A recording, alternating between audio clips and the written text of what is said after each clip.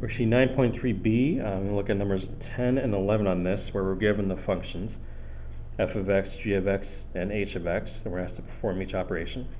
So number 10, I'm given g of x times h of x. So I'm going to start with g of x, which is 3x squared plus 16. H of x is x minus 1.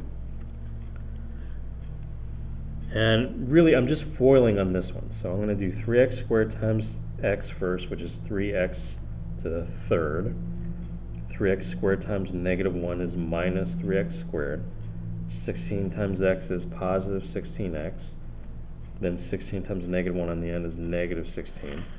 And because of that square, usually it's just 3x, but because of the square, none of these terms will combine. You can't combine like terms here because none of them match. The x's are all different. There's the constant term in the end, so 3x to the third minus 3x squared plus 16x minus 16 is my final answer for number 10. Then number 11, a little bit different. It's not multiplication anymore. This is a composition of functions where we're taking h of x and plugging it into g.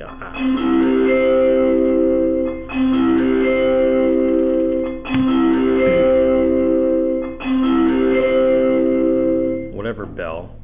Anyway, we're taking h of x, this function x minus 1, and plugging it into this. So it becomes 3 times x minus 1 squared plus this 16 on the end. Now, a lot of people will want to make this x squared plus 1. They just want to square both terms.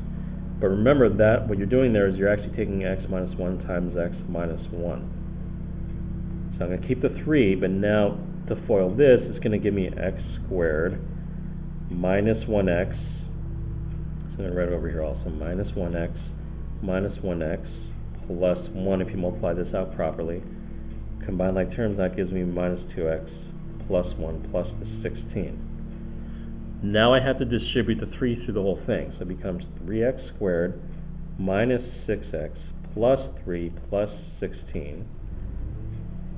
And the last step, combining like terms, minus 6x, that doesn't change, but now I have to add 3 and 16, which is positive 19.